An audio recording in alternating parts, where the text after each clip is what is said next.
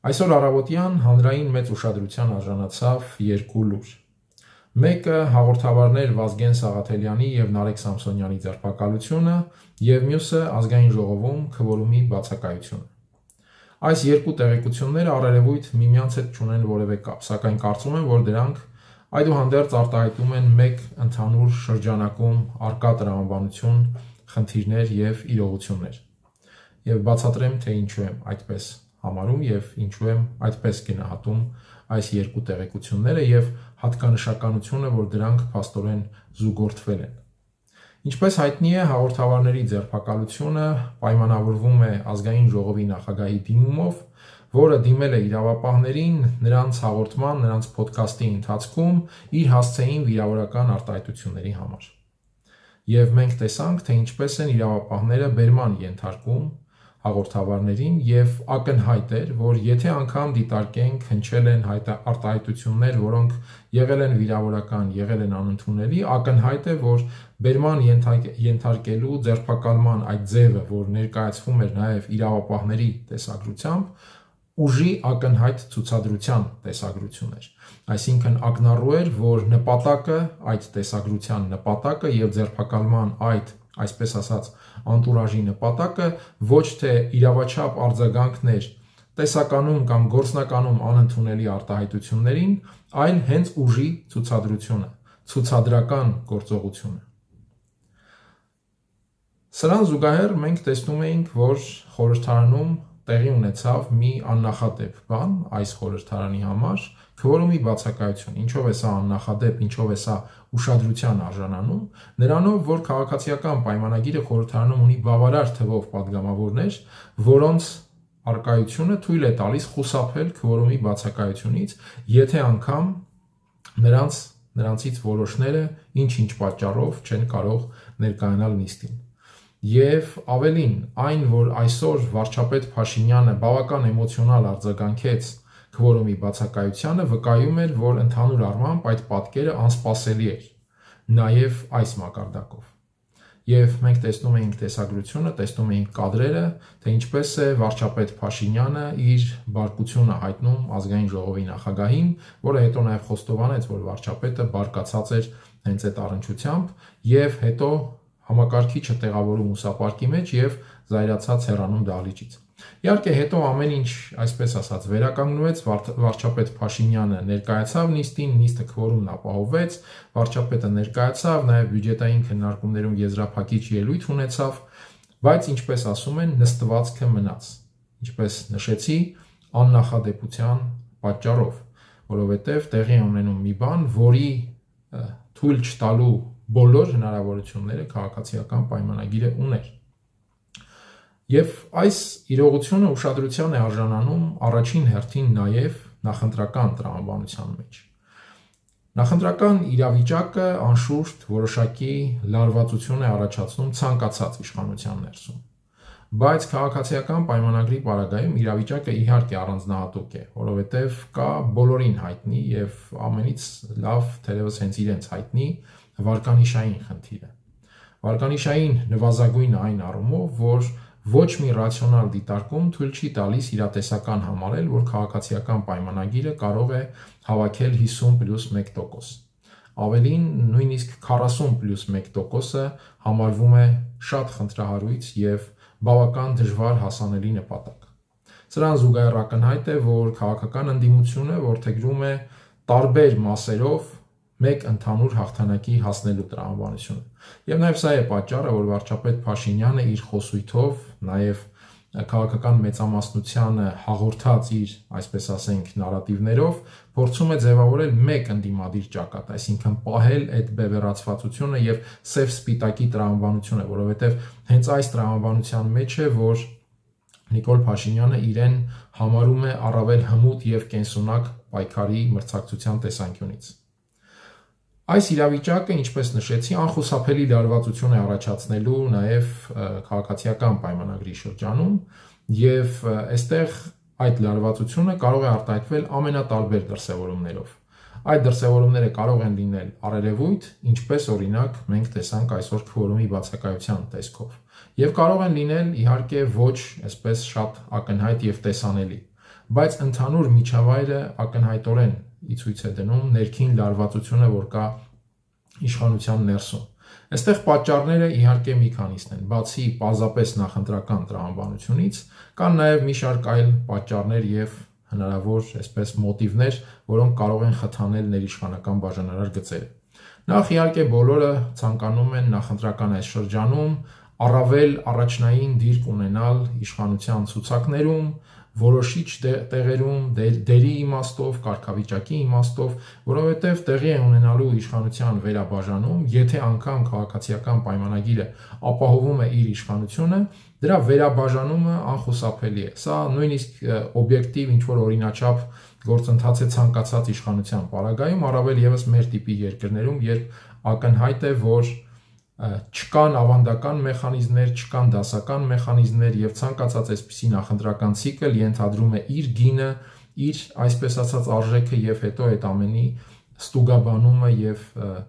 վերլուծումը բաժանումը հենց իշխանության շրջանակում, ով ինչ դեր է ունեցել եւ ով ինչ պետք է ստանա կարկանդակի, ինչքան բաժին պետք է ստանա այդ դերի դիմաց։ Սա բնականաբար խթանում է ներքին մրցակցությունը, ներքին պայքարը ներիշխանական խմբերի միջև։ Հետևաբար այս պայքարը, ինչպես նշեցի, կարող է ունենալ թե առերևույթ դրսևորումներ, թե արտահայտվել ոչ երևացող զարգացումներով, բայց ներքին լարման սա անխուսափելի բերում է եւ ներսում, իշխանության ներսում այս ներքին լարման զգացողությունը համակելու է գործնականում բոլորին։ Սրանից բացի այն խնդիրը, որ կա վարկանիշային առումով, այսինքն իշխանությունը պահպանելու խնդիրը, ավելացնում է լարվածության եւս մեկ շատ մեծ շերտ։ Ինչ է լինելու, եթե հանկարծ Նիկոլ Փաշինյանին չի հաջողվում պահպանել իշխանությունը։ Այս հարցը ես կարծում եմ անխուսափելիորեն արկա է ցանկացած իշխանական падգամավորի, ես էլ չեմ ասում ավելի ներքևում գտնվող օղակների, տարբեր պաշտոնյաների եւ այլնի շրջանակում։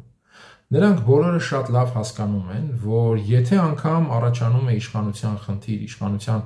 փոխանցման խնդիր, ապա բարձրագույն օղակում այդ փոխանցումը բնականաբար տեղի է ունենում անվտանգության վերաբերյալ որոշակի պայմանավորվածություններով։ Ամենայն դեպս գործնականում հենց այսպես է լինում ցանկացած իշխանափոխություն եւ հակառակ դեպքերը, հակառակ օրինակները սովորաբար բացառություն են։ Սա բոլորը պատկերացնում են եւ իհարկե մտածում, լավ, Նիկոլ Փաշինյանը կամ բարձրաստիճան այլ ներկայացուցիչներ կարող են պայմանավորվել, եթե անգամ բանը հասնում է իշխանության փոխանցման, իշխանափոխության։ Իսկ ինչ է լինելու իրենց ճակատագիրը։ Եվ այս հարցը եւս առաջացնում է շատ մեծ լարվածություն, առաջացնում է մեծ լարվածություն եւ դարձյալ ներքին մրցակցություն, որովհետեւ ոչ ոք չի ուզում, որպիսի իրավիճակի թելը բաց թողնվի եւ իրենք մատնվեն, այսպես ասենք, բախտի քմահաճույքին կամ զուտ Նիկոլ Փաշինյանի պայմանավորվածությունների քմահաճույքին։ Կրկնեմ, եթե բանը հասնում է իշխանության փոխանցման, իշխանությունը փոխելուն, իշխանափոխության։ Իսկ այն, որ այդպիսի հեռանկարը շատ իրատեսական է, կրկնեմ, դրա մասին վկայում են գործնականում բոլոր վարկանիշային հարցումները եւ անկասկած նաեւ կարծում եմ ցանկացած իշխանություն իր ներքին այսպես ստուգման մեխանիզմներ ունի եւ այդ մթնոլորտը, այդ միջավայրը, այդ սպասումները կամ իրողությունները անկասկած զգալի են բոլորի համար։ Հաջորդը նաև այն է, որ եթե անգամ հաջողվում է վարկանիշը պահել, ապա ինչ գնով։ Եվ այստեղ առաջանում է դարձյալ ներքին լարման մի նոր շերտ, որովհետև ցանկացածը արդեն սկսում է մտածել, որ այդ գինը կարող է լինել ներսից որևէ մեկի զոհաբերությունը, զոհաբերություն իհարկե ոչ ֆիզիկական իմաստով, զոհաբերությունը քաղաքական քավության նոխազի, այսպես ասենք, սահմանումը, եւ այստեղ եւս խորանում է մրցակցությունը, բոլորը ուզում են լինել այնպիսի դիրքում, որ հնարավորինս հեռու լինեն քավության նոխազ կամ այսպես վարկանիշի համար զոհաբերվող լինելու դերից եւ դիրքից։ Ահա այս ամենը հանրագումարում առաջացնում են իսկապես բավական անկայուն ներքին իրավիճակ։ Եվ ավելին, ես կարծում եմ այս դրվագը, որ հիմա կհիշեցնեմ, թվում է թե երկրորդական, սակայն սա շատ էական է իշխանության, ներիշխանական հոգեբանության տեսանկյունից։ Ես ուզում եմ հիշեցնել Գյումրիում քաղաքապետի ընտրության օրը հայտնի սկանդալային դրվագը քաղաքացիական պայմանագիր կուսակցության դերակատարներից մեկի, այսօր վարչության անդամ Վիլեն Գաբրիելյանի մասնակցությամբ եւ նրա մի արտահայտությունը, որը բավական այսպես քննարկման արժանացավ եւ կարծես թե հետո մոռացվեց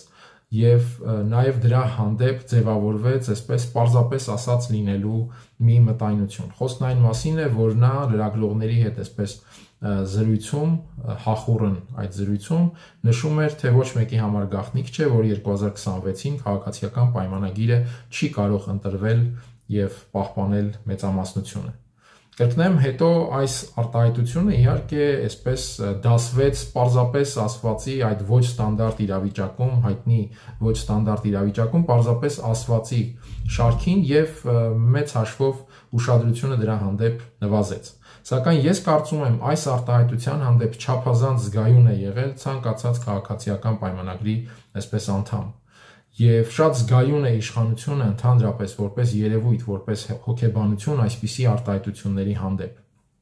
Եվ որքան էլ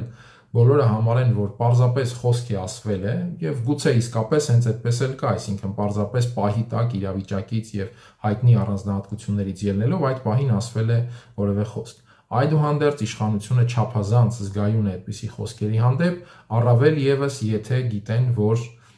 կան մեղմ ասած խնդիրներ, վարկանիշային խնդիրներ, բարդություններ եւ այլն եւ այլն։ Ահա այս ամենի հանրագումարում ձևավորվում է այս ներիշխանական միջավայրը եւ օրինակ խորհրդարանում քվորումի բացակայությունից Նիկոլ Փաշինյանի այդ բարկությունը ես կարծում եմ իրավիճակի այդ պահի առիթով էր, սակայն ընդհանուր առմամբ ներիշխանական միջավայրի պատճառով։ Նիկոլ Փաշինյանն է թերևս լավագույնս գալու այդ միջավայրի բեռը, խնդիրը, մարտահրավերը, այդ միջավայրը կառավարելու անհրաժեշտությունը։ Եվ հիմա գամ այդ ուժի ցուցադրության դրվագներին, որ մենք տեսնում ենք գործնականում ամեն առիթով։ Այսօր հաղորդավարների ձերբակալությունը պարզապես այդ դրվագներից մեկն էր։ Ուժի ցուցադրությունը Նիկոլ Փաշինյանի համար վերածվում է ոչ միայն քաղաքական հակառակորդներին զսպող կամ հոգեբանորեն նրանց վրա ազդող գործոնի կամ մեխանիզմի դրանով պայմանավորված անհրաժեշտության, այլ նաև հենց սեփական թիմի ներսում իրավիճակը կառավարելու գործիքի կամ մեխանիզմի, ինչպես հայտնի խոսքն է ասում, խփիր յուրայիններին, որպիսի վախենան օտարները, եւ այս դեպքում Նիկոլ Փաշինյանը խփում է օտարներին, որպիսի նաև վախենան յուրայինները։ Այսինքն յուրայինները ոչ միայն իհարկե վախենան, այլ նաև ունենան այն զգացումը, որ Նիկոլ Փաշինյանը շատ ինքնավստահ է, շատ տիրապետում է իրավիճակին եւ գործնականում չունի ոչ մի այսպես կաշկանդող հանգամանք անհրաժեշտության դեպքում ընդհուպ ուժային իրավապահ լծակների կիրառման հարցում։ Սա ցավոք սրտի մի երևույթ է, որը հայաստանյան իշխանություն երևույթի ներսում բավական վճռորոշ գործոններից մեկն է այդ իշխանության որոշակի այսպես ցեմենտվածությունը ապահովելու տեսանկյունից։ Այսինքն հենց կա զգացողություն, որ իշխանությունը այլևս չի տիրապետում ուժի, այդ իշխանությունը կարող է սկսել փլուզվել։ Եվ Նիկոլ Փաշինյանը գործնականում 2018 թվականից հետո